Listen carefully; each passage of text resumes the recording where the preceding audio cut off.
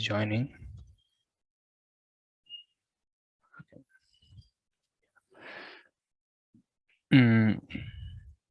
So let us see. This was the question. There is f, let's say there is a function from a to b to r. Okay.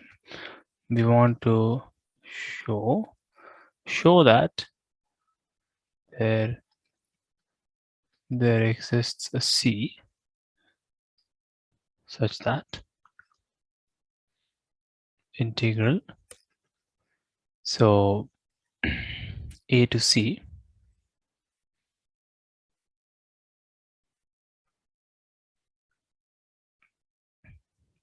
dx is equal to the area of the rest of the thing. Okay, so Adish, I know you have solved this question for both variables, but I want to just look at this for one variable once, and let's try to see if we can do this first. Okay, maybe with a more geometric view or whatever. Let's see. Okay.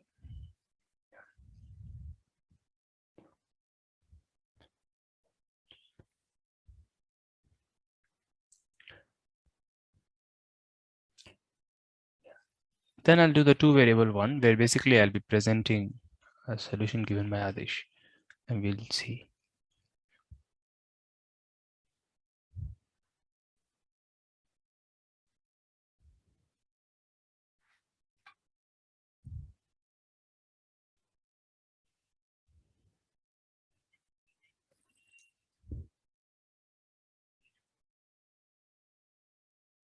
B minus C. So you're saying that this is equal to B minus C times?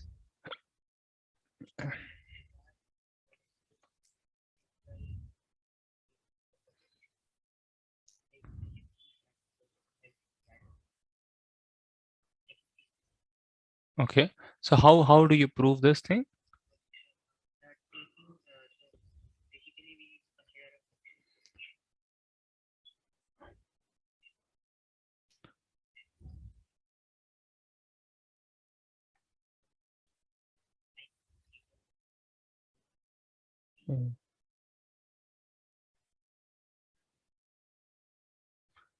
A to T minus.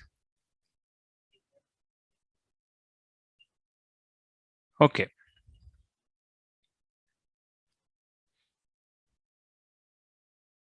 Okay.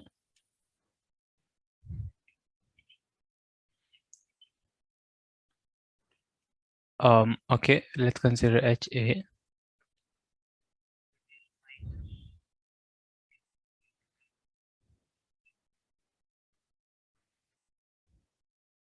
Right.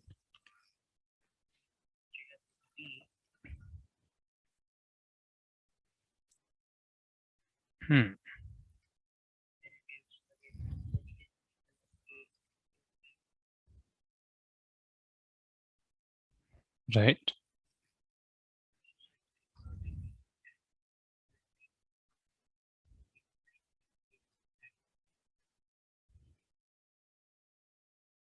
Sorry.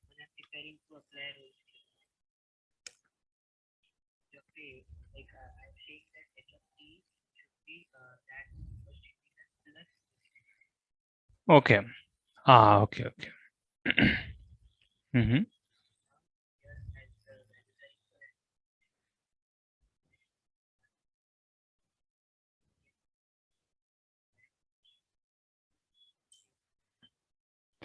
Wait a minute. So you're saying that this function is differentiable. So you're saying that HT is differentiable. So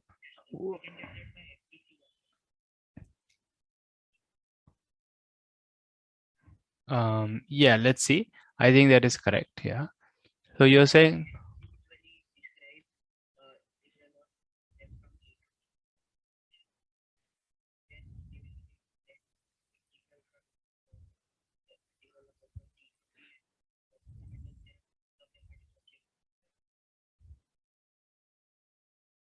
Right. So you're saying that this function is differentiable. If you call this gx, then this function usually is called capital F. So this function is differentiable. So you guys need to mention this if you're solving, and you will know that this is true, right? Do all are others, are you aware that this is true? I mean, informally, you know, because that's how we do integration all the time.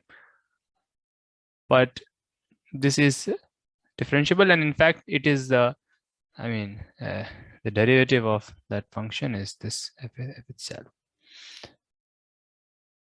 Yeah, so that's fine. Okay. Okay, so if you apply Rolle's theorem, then what do we get? Yeah, we get this, but then this is,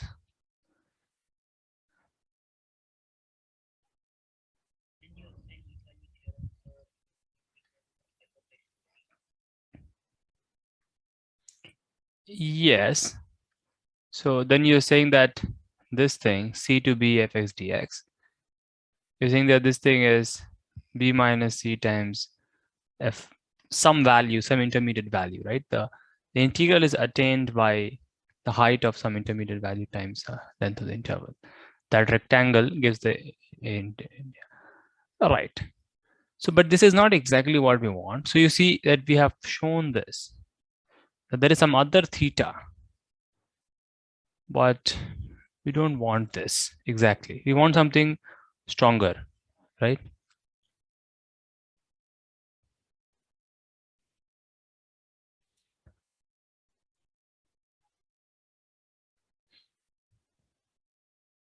Yeah. So we want something stronger. How do we get that? Let's see.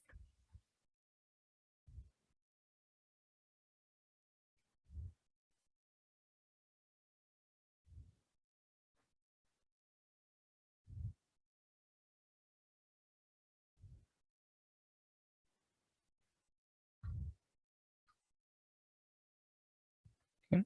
So let us go the other way by not applying Rolle's theorem, but directly trying to apply mean value theorem. Okay. So let's see. So trying to apply intermediate value theorem. Okay, that's already. So we are trying to apply intermediate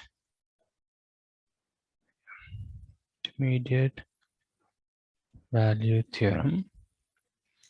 So then what function should we define if you're trying to apply the intermediate value theorem?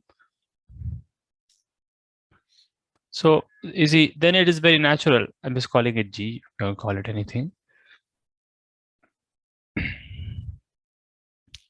In that case, we will define this function. It's very natural to define, because this is the function which we want to show is 0 at some point. Okay. So can we show that this function is 0 at some point?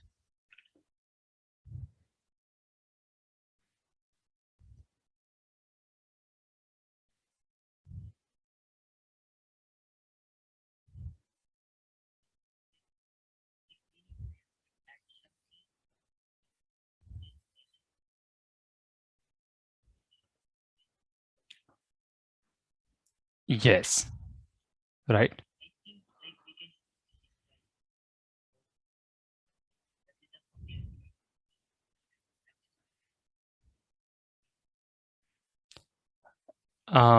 Right.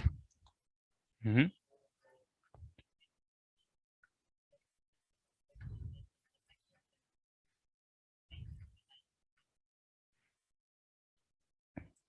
Okay, so you were saying that, okay, so let's see. So what you're saying is, do you want to do A to T or A to B?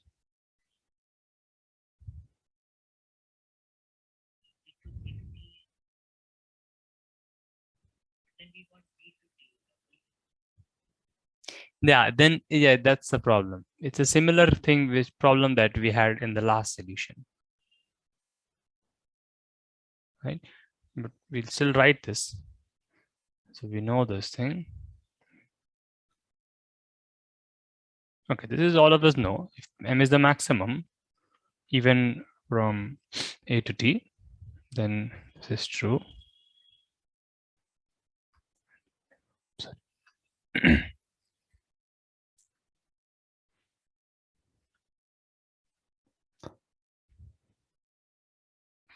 But yeah, the key idea is to show that G takes opposite signs.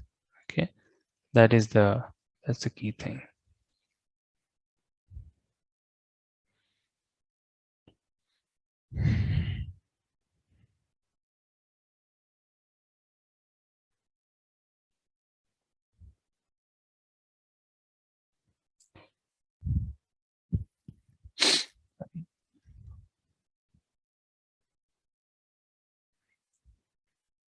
Yeah.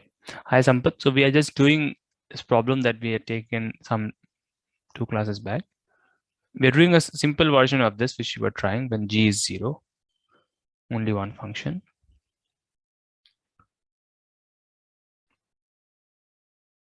So naturally speaking, we can try to just see what GA and GB are, right? So see GA, we are interested mostly in the signs of G, positive sign, negative sign, is FA. Yeah. It is this minus of this, yeah, and GB is just the integral, whole integral.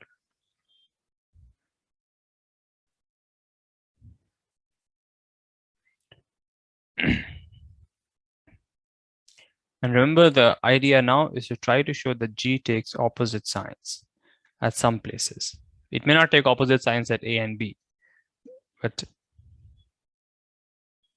least somewhere it will.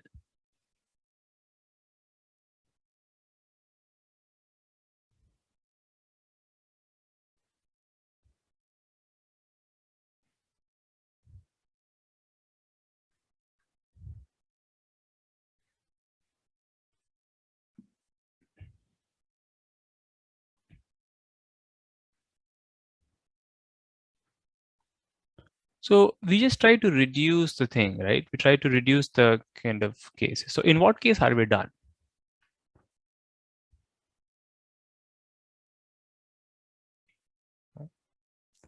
So if GA and GB have opposite signs, then we are done, right?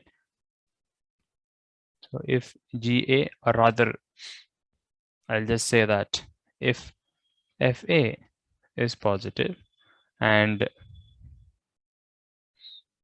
let's say that integral is positive, okay, then done.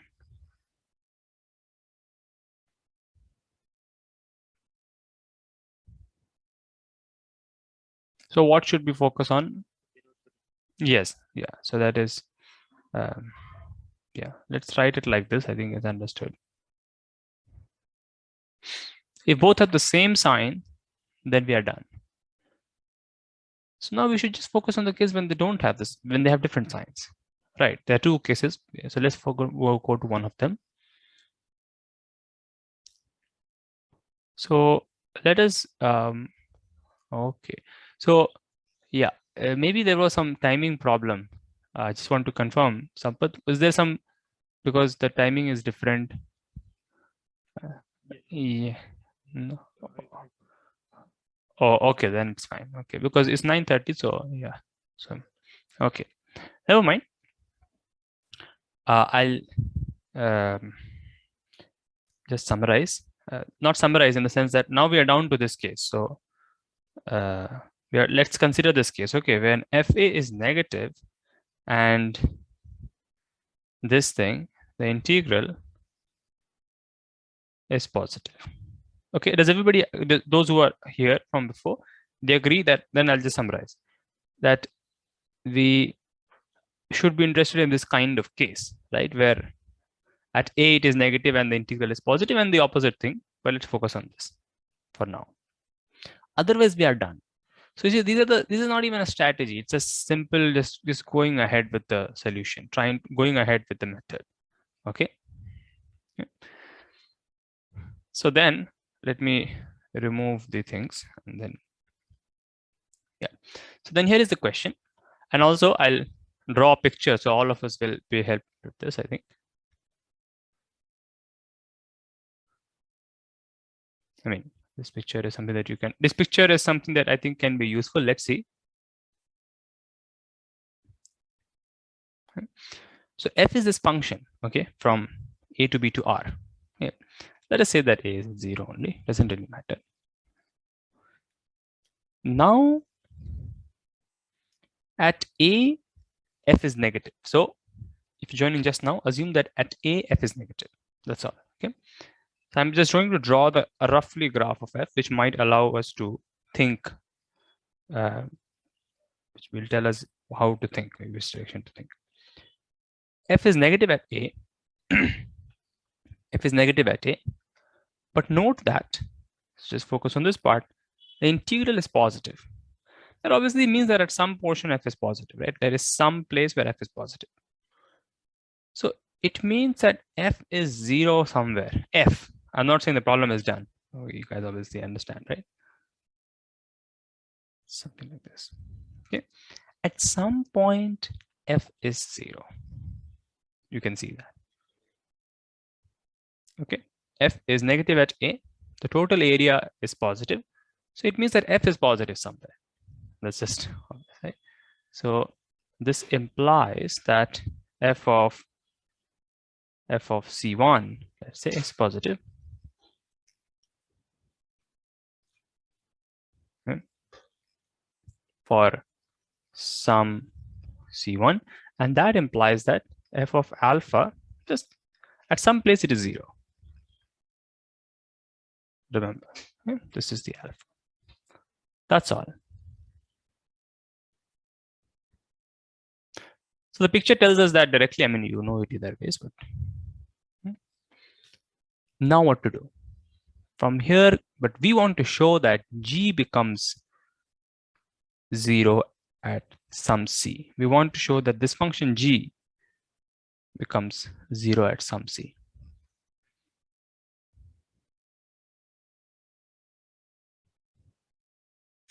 You could translate that to the geometry if you want, but I'm not doing it because I don't see how that will be useful immediately. So I'm not doing it just for translating. So the goal is to show that g is 0 at some place. And we have made these observations. That f is 0 at some place and f is negative to begin with and positive in some places.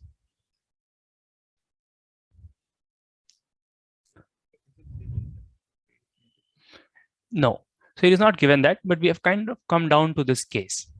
Other cases we have kind of resolved. Okay, so those are some small details which I'm not reviewing. Yeah.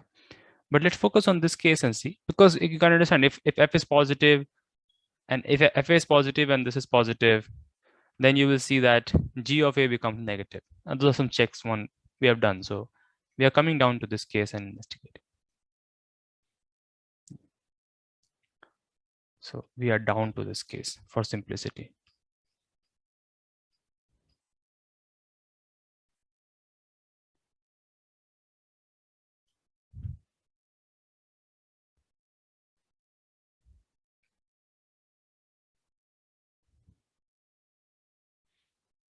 It's extremely geometric. I mean, the geometry tells us what to do. That's why I've drawn the picture, I think. It should tell us.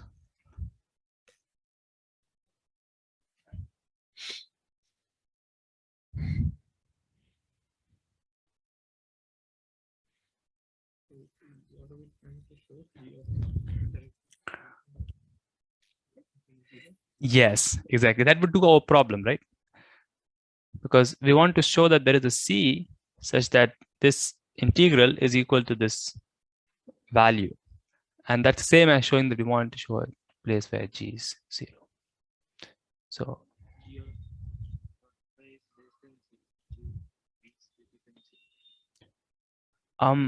no. So g of a is actually greater than 0.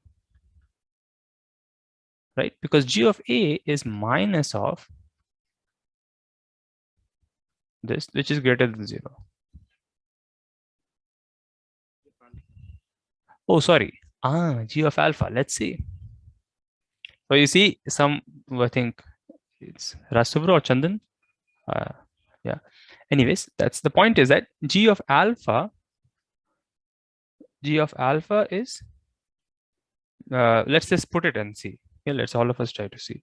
See, remember, alpha is a point where f vanishes.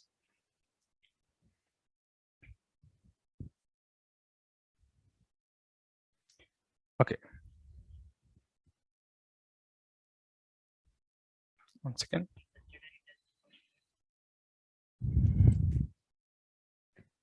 Right. But this, whoever has said this is not completely correct.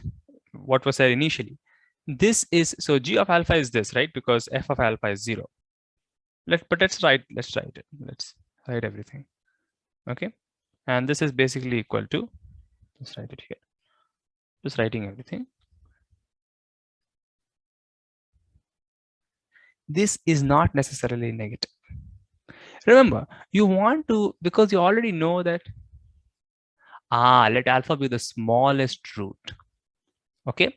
So yeah, so the ideas are all, first time it crosses. Okay.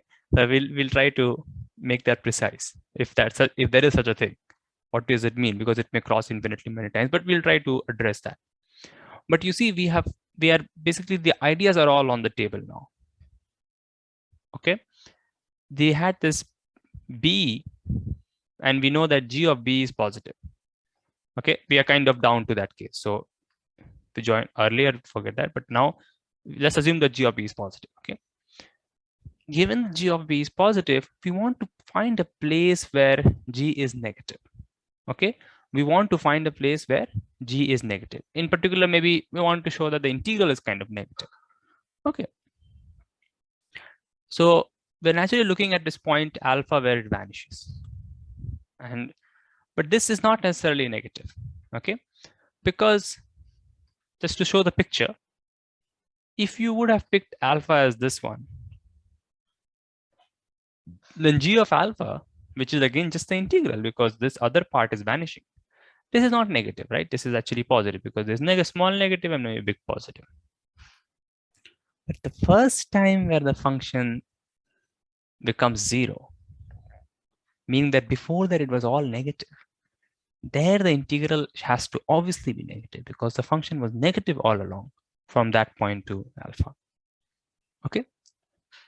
So is negative if alpha is, I'll just say, smallest root. But then we'll have to investigate if such a thing exists or not. Okay, that we'll see. It's the smallest. Yes, yes.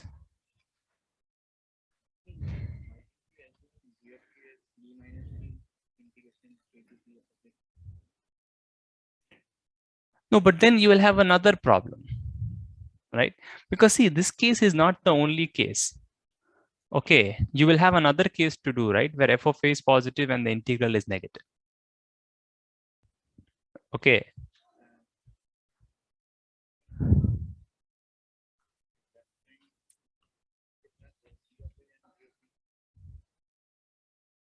Oh, sorry. So then what is the function?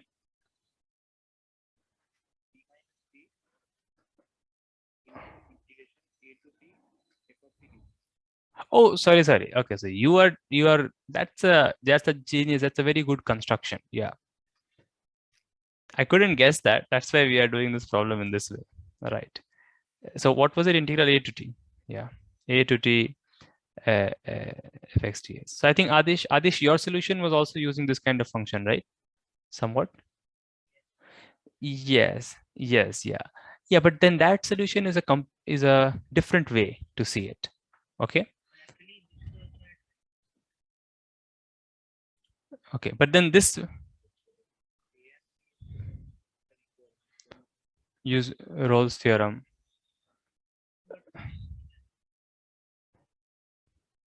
Okay. Yeah. So let us see if we'll come to that that solution will have to come to that when for the two variable case, when there are two functions. So for the moment, let's try to complete this, right? Because this also we have things to learn here about smallest root and about how drawing a picture can again just tell you, right? Again, this is the same idea I've talked before. So yeah, so alpha is the smallest root, but now we want to show that every continuous function from A to B has a smallest root.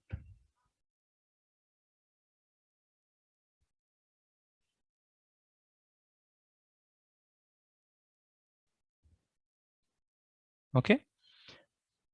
So if we prove that, then this is done. Anyone has any doubts so far? Just for this case. Okay. The other cases are similar in the sense that if FA is, yes, there will be. That is, but we have to show that. We will show. That's property of continuous functions on closed intervals. We'll see. But yeah, the other case would be like when FA is positive and this is negative, right? And you can do that similarly. Sorry? Yes, it will be, yeah, you can just use minus fx plus fx. Yes.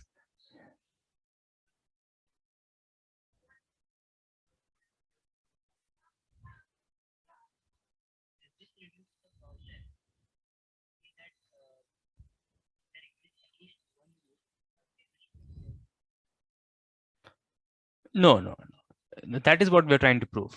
Yeah. I mean, I'm trying to say that if there is a root, I mean, if there is a root, if there is no root, then it's empty set. Okay. So,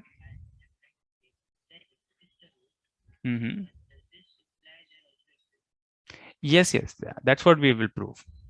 Yes.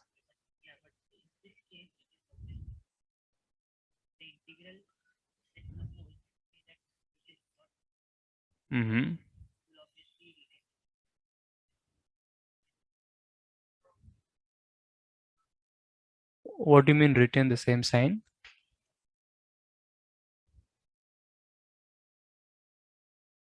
So what if the function is minus, then what will be minus?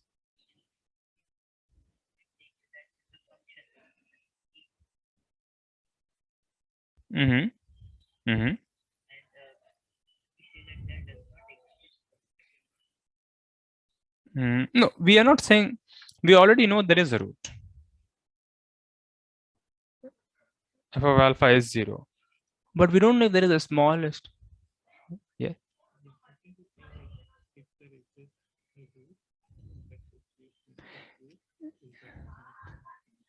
Yes, Adish, is that what you're trying to say? And but why? But why? Because just because a set is non-empty, it doesn't mean that set has the smallest element.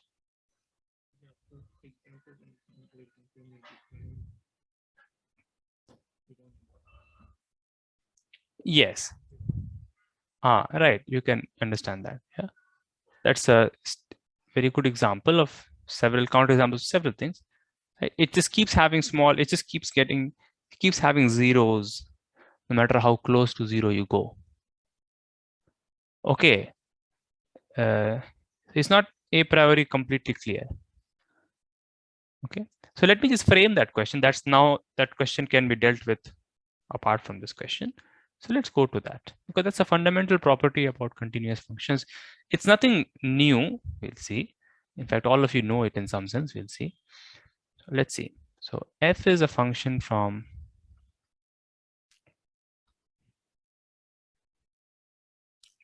R.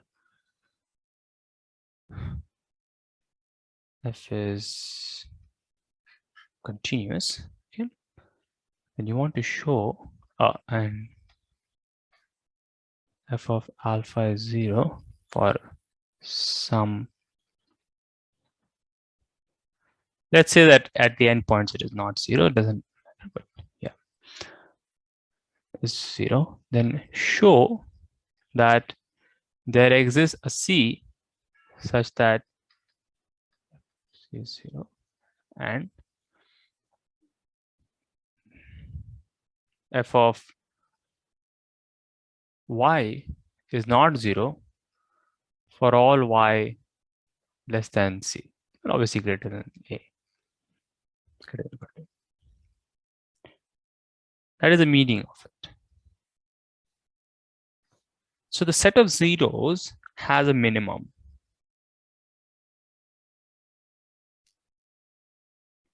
Okay.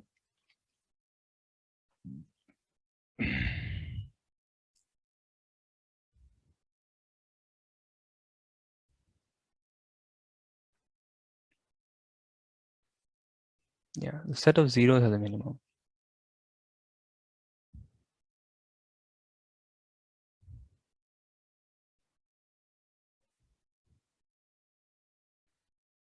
This has vast implications about continuous functions, periodic continuous functions. They cannot be doubly periodic. Many implications of this small thing.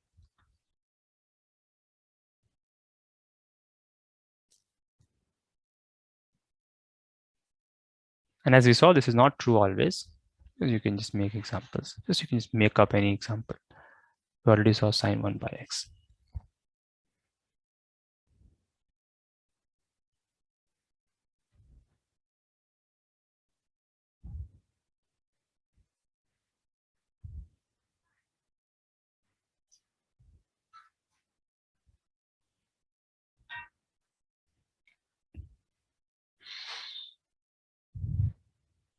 Just think about it. I will just come in less than a minute.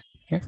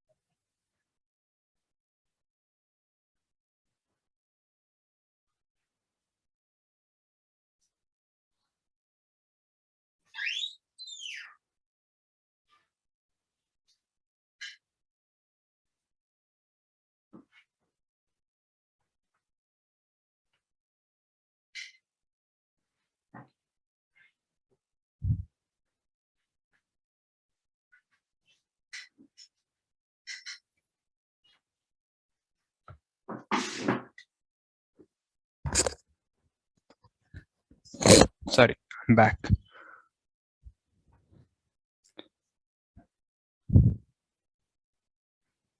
So any ideas? I'll try to frame it in different ways so that at least one of the ways you can see it. Yes.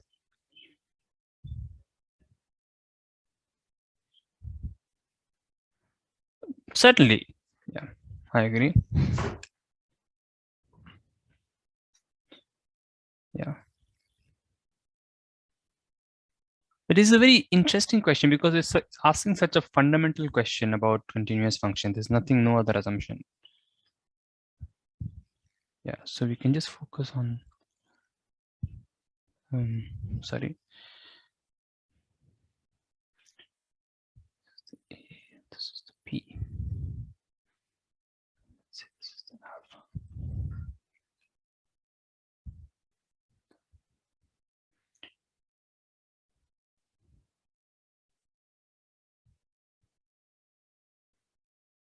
So I'm just having the set V of F. This is just a set of zeros. I'm just writing it as a set. Okay.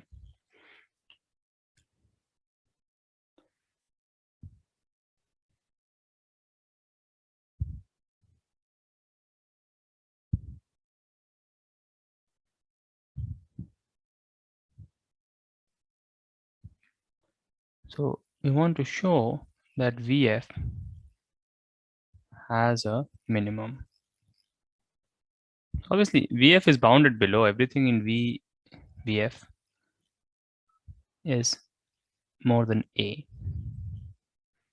So it has lower bounds, but we want to show it has a minimum.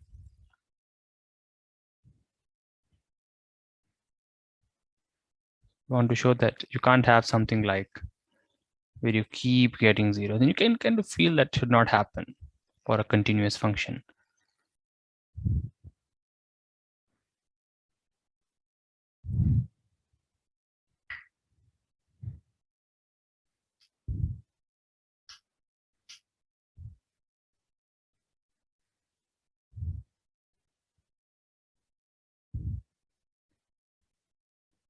So I just want to clarify one thing. I'm not assuming that f of A is not zero. I'm not assuming anything about f of A. Okay. I'm just saying that alpha is a root. Okay. Now you want to show that there's a minimum. If you can show that A is a root, which will not be the case all the time, obviously. If you can show that A is a root, then that's also done. That's fine. Then there is nothing to say. So you may show that A is a root. Okay.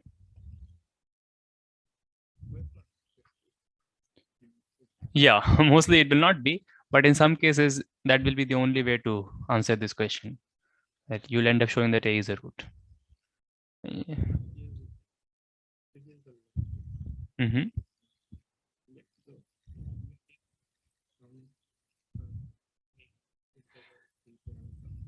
Mm-hmm.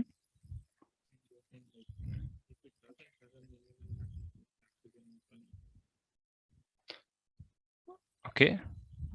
Let me write.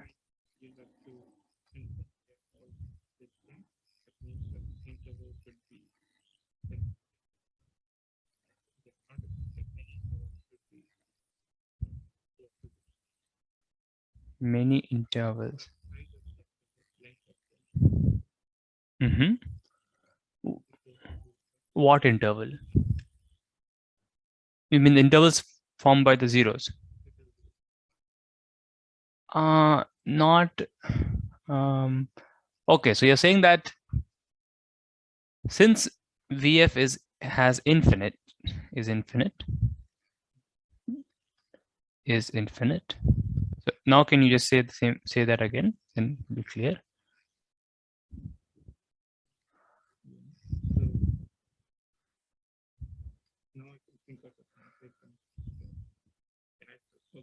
Yes, yes, yes. Huh.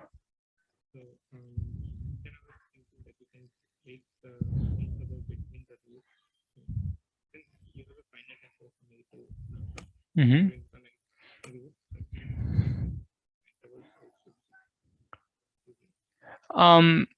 Yeah, so there will be some roots which will be arbitrarily close, you're saying. Ah, but then there is no problem. Then that's also arbitrarily close, it's zero. No, it has to be defined at A because it's continuous, right? And it is defined at A. So then at A also it will be zero. That's no problem there. Yeah. But basically the idea is, as Sampath said, the idea is that because there are infinitely many things, they will start accumulating around a point. Uh,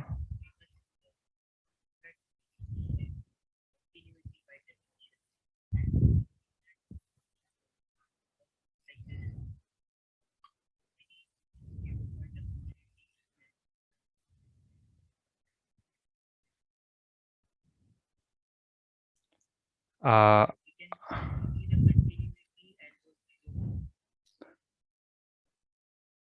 okay, but you see, it may not disrupt the continuity because as we have a zero function, right? And we have x times sine 1 by x. You see, that's a very dangerous example, right? It is continuous.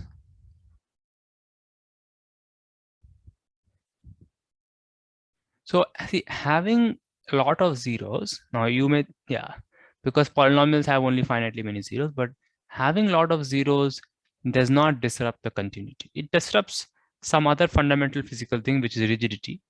A rigid function cannot have infinitely many, something called like, but continuous functions can have many, many zeros. There is nobody stopping them. But the point is that if they have many, many zeros, then the limit points of those points, the points which are like the boundary of those points where it is zero, should also be zero. That is the idea.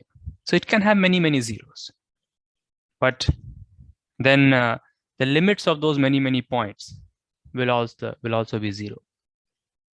Okay, but I will not do a proof like that in general sense. We'll try to do a simple proof if possible. But having many, many zeros is not a problem, is what I'm saying.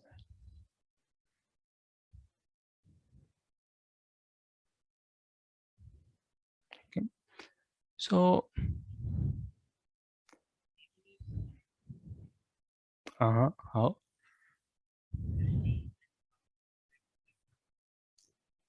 Yeah, so I'm saying yes, in the sense that if limit, yeah.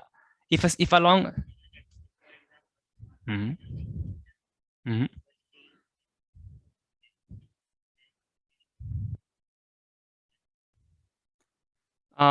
No, I'm not saying that. I'm saying no, so I'm not saying that. I'm saying that if there are infinitely, let's say there are infinitely many points like this, where the function is zero, then the limit of these points, which is not necessarily a, it may be some point here, that will also be zero. That limit need not be a. Like the infimum of this set will also be a zero.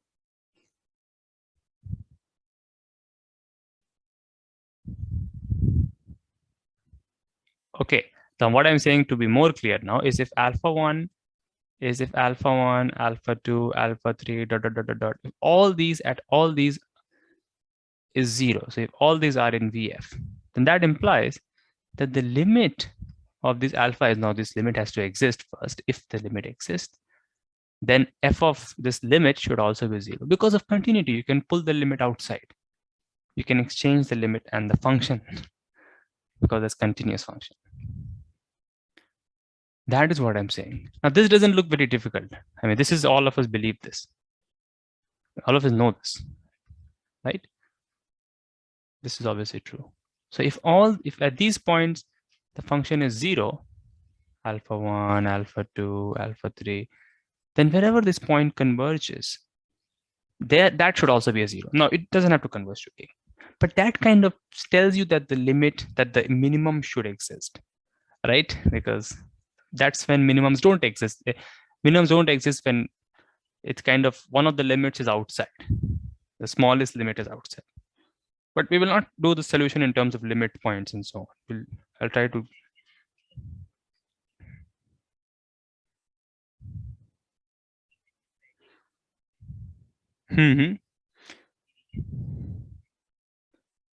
Is how do you apply? Basically, that's what I've told, that you should think of applying sequential criteria. But how exactly will you apply it? That is up to you, because there are many ways to apply it now. Remember, the goal is to show there is a minimum zero. That's all we want to show.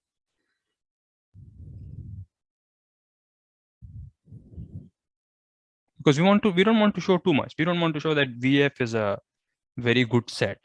Like any sequence in VF has a limit, or has a subsequence which has a limit.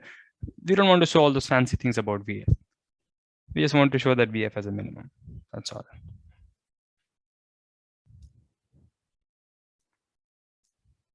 So let's say it doesn't have a minimum. So let's say that there is a root less than alpha, right?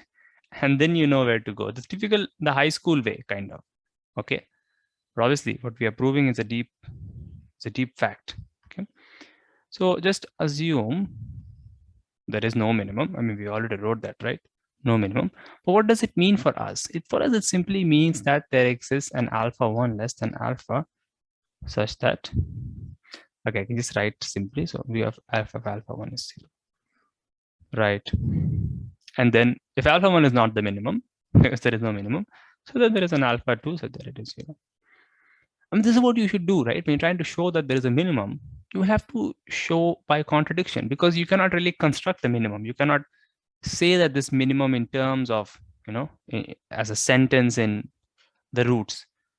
You cannot describe it. So we cannot come to it constructively by a proof, by constructive directly.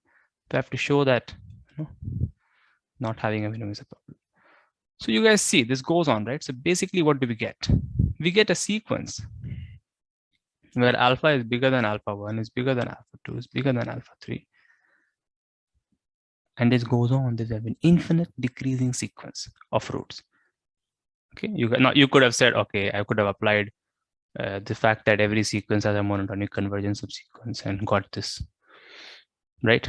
From what somebody said, infinite set. Infinite set means that it will have a monotonic subset, but fine, that will just unnecessary complications. Okay? If you can see that directly like that, then that's very good. In fact, that's the way to see it. Then you can see many more things about VF. But for us, simple. No minimum means like this. Now, how do you complete the problem? How do you go further?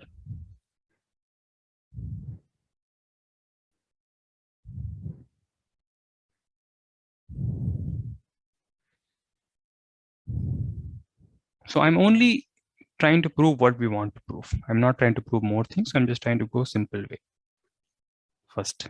Then when we later on, we can say more later.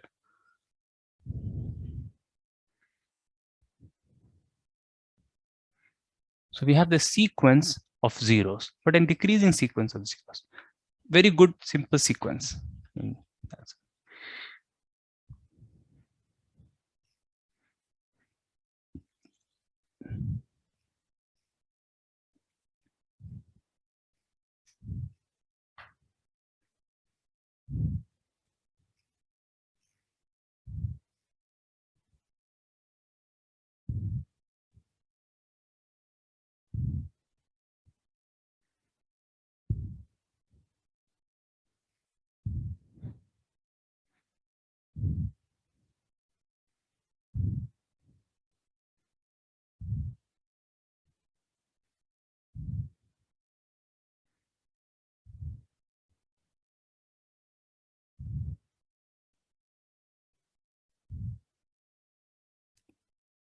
Okay.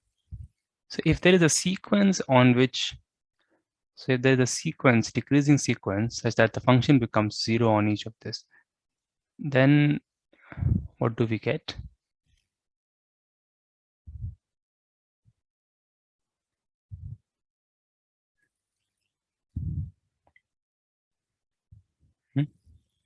Alpha I.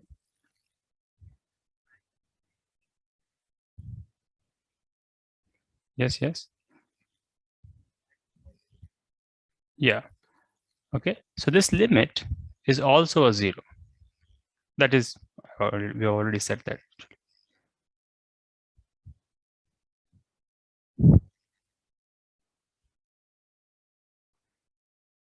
So we have basically shown that for any decreasing sequence,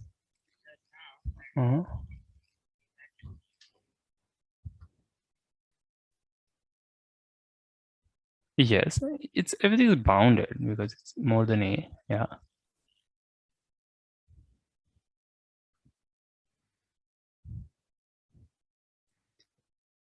So it's kind of like this alpha bar is kind of the minimum, but it may not be again, unfortunately. Right? This alpha bar is kind of the minimum, but it may not be, rigorously speaking. So I was thinking it will be easier than this, but it doesn't seem to be. Yeah, but we'll do it.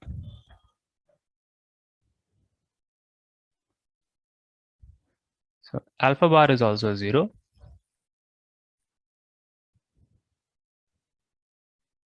Okay. So if this is not the minimum, then what to do? Right? Then you can just consider the infimum of the set, right? So let I don't know, let R be the infimum of the set. So what is R here? R is not the minimum, but it is the next best thing. It is the greatest lower bound.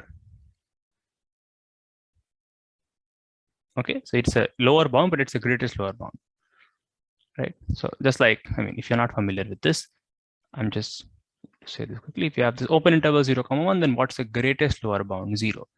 0 is not the minimum, but it's the greatest lower bound. Okay. And similarly, if you have and that's called the infimum basically. It's just the next best thing to minimum. If you have, same thing. If you have this, then what's the minimum of the sequence? There is no minimum, but there is a greatest lower bound, which is 0. Okay. So we will just show that R is also in the set. Okay. That's all, right? We want to show that R is in VF. Then we will be done. That's the same thing.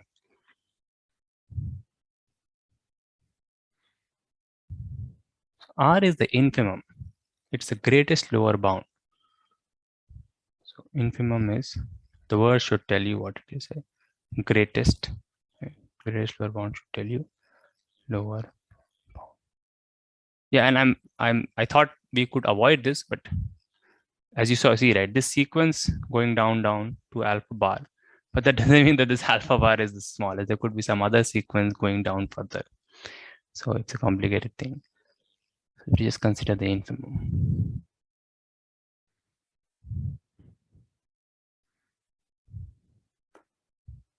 The infimum is something which is very, very close to the set. Okay, it's kind of a lower bound, right? It's very, very close to the set.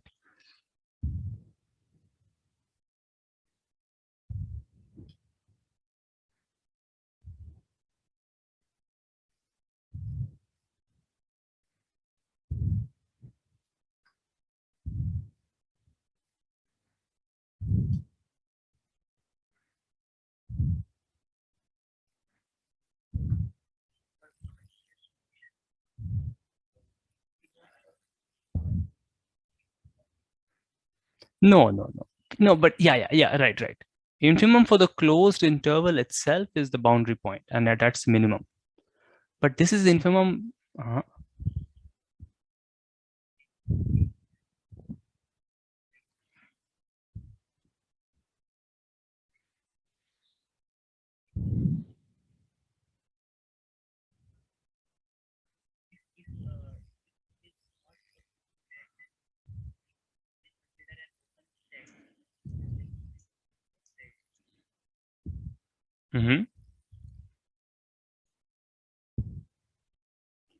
Can you say that again? Yeah. You see, as I'm saying, infimum of a set is very, very close to the set. And infimum is a very important tool. Okay, because most interesting things which we want to show exist are actually the infimums of some natural thing. I mean, everything is the infimum of something, but infimum of natural thing. Those are the interesting things in analysis. So most things arise out of infimums. Okay.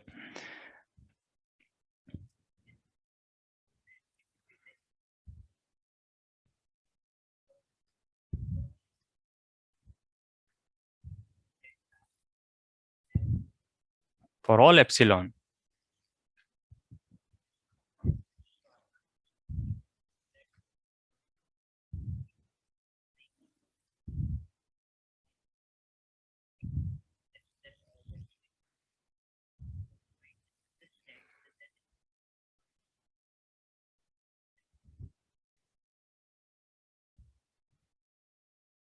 Must be less than epsilon.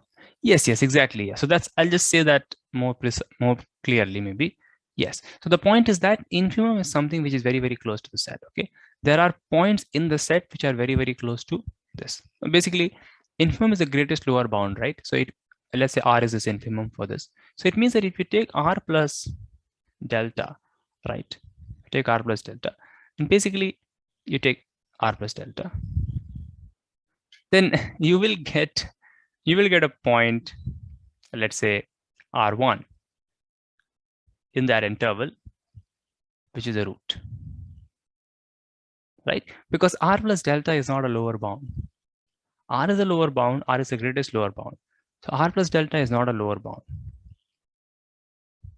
Okay, which means that there will be an R1 which is lesser, okay, than R plus delta in the set. So you will get an R1, okay, and you can see right now as you change this delta to like 1 by n for any, just to make it very clear, for any 1 by n there is a Rn. Okay, right, which is in the set, which is in VF. Okay, so you see we get this, right? So then there's this R1, R2, R3, these things which are zeros, these are all zeros, and they converge to R, right? Because that's how you're finding them, right? Rn, R1, R of Rn, as Adish said, Rn minus R is less than 1 by n, and so Rn plus 1 minus R is also less than. So this Rn sequence is tending to R clearly. Right, and so now we are done. That's it. Right? Just take a function. We can actually take a degrees in sequence also, but never mind. Now we understand it's just a sequence and it converges to R, so we don't have to. But then FR should also be 0. We have seen that. Because all these are 0. F of Ri. And that's our proof.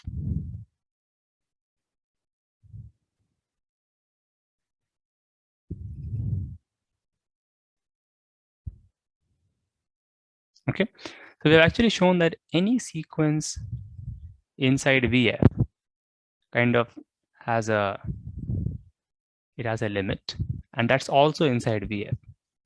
If it has a limit, it is inside VF. Okay. And we extract infimum as a limit.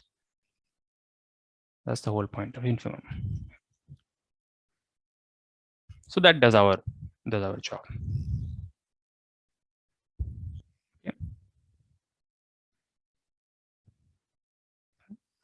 So today, I'm sorry, today I will have to end exactly on time because I have something else now which I have to do. It's a presentation. So yes. Now, but I'll just tell the maybe idea, just the main thing about what Adish had told me about the solution of the actual question. Okay. So you see the actual, so but are there any doubts here which you want me to say? I think that's more important first. Yeah, please make sure, because this idea will be used everywhere.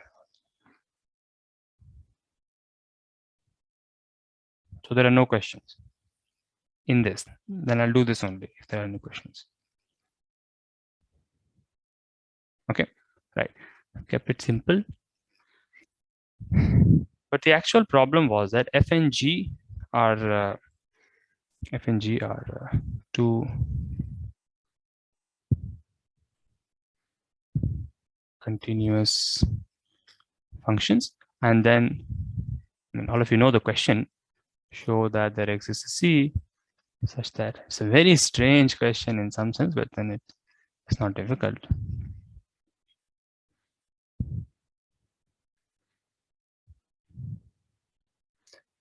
This was about G, right?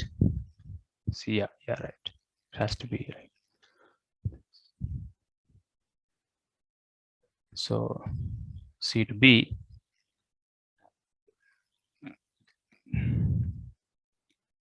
So what we just did was like the special case of this problem. Okay, but we went the hard route kind of. We didn't define a good function, but we did some good analysis. Okay, and that's how we got the result. Okay. B minus C, I think something like this. Okay, B minus C. Let me just put a minus sign here. Would be good. minus sign here, this, and f of c is 0. We wanted to show that this is 0. Okay. So we wanted to show that, okay, sorry, 1 minute.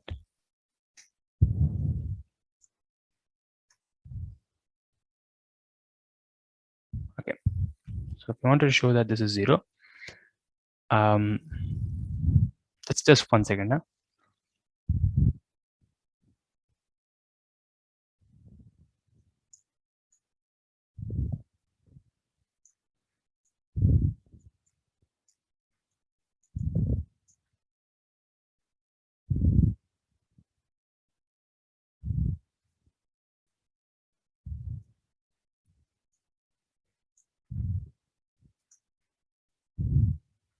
Okay.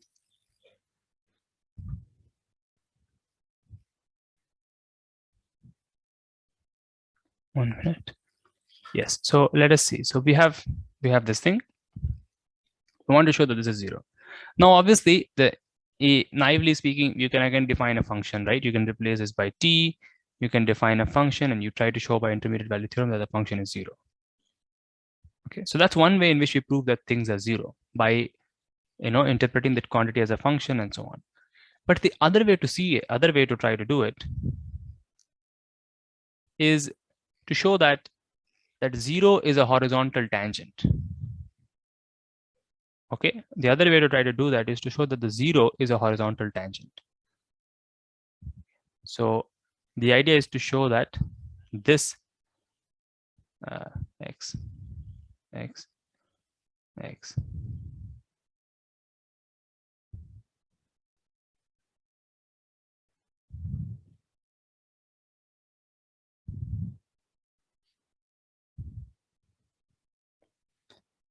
extremely sorry, I just closed this. It's not good to do that in between.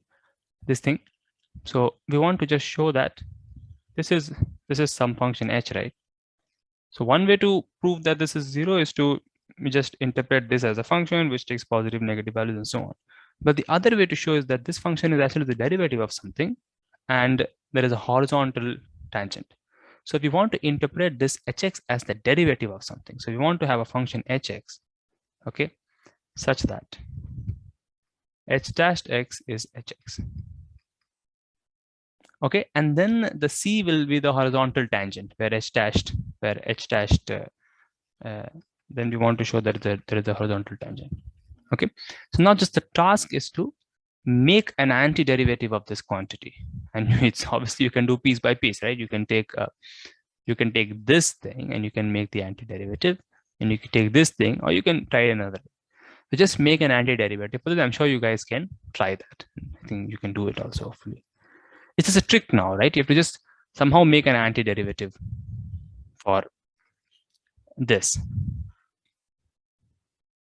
And similarly, so initially I was thinking, oh, how could you have antiderivative? It's already an integration. I mean, how can this be the derivative of something? But you can understand that it can be. So make a function whose derivative is this thing, and then from there you can finish it. So I'm not doing the details that you can make. I'll leave that. Okay, so just hang around. That other thing I had is kind of looks like it's getting cancelled due to some technical thing. So I will go on till 11 if you guys are fine, because I wanted to say this other thing about the theory. Okay. So if you want to, you can hang on, but it will be a slightly new thing. Not new, but a continuation of the theory part, which I want to do. Okay, there's no point in just, delaying things. Because I've not done anything. This was supposed to be done that time only. Okay, this is the idea. Try to do it. Any questions?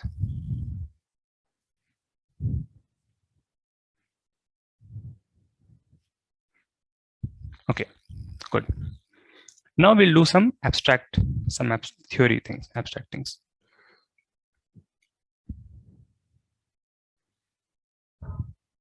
Okay. So we were looking at,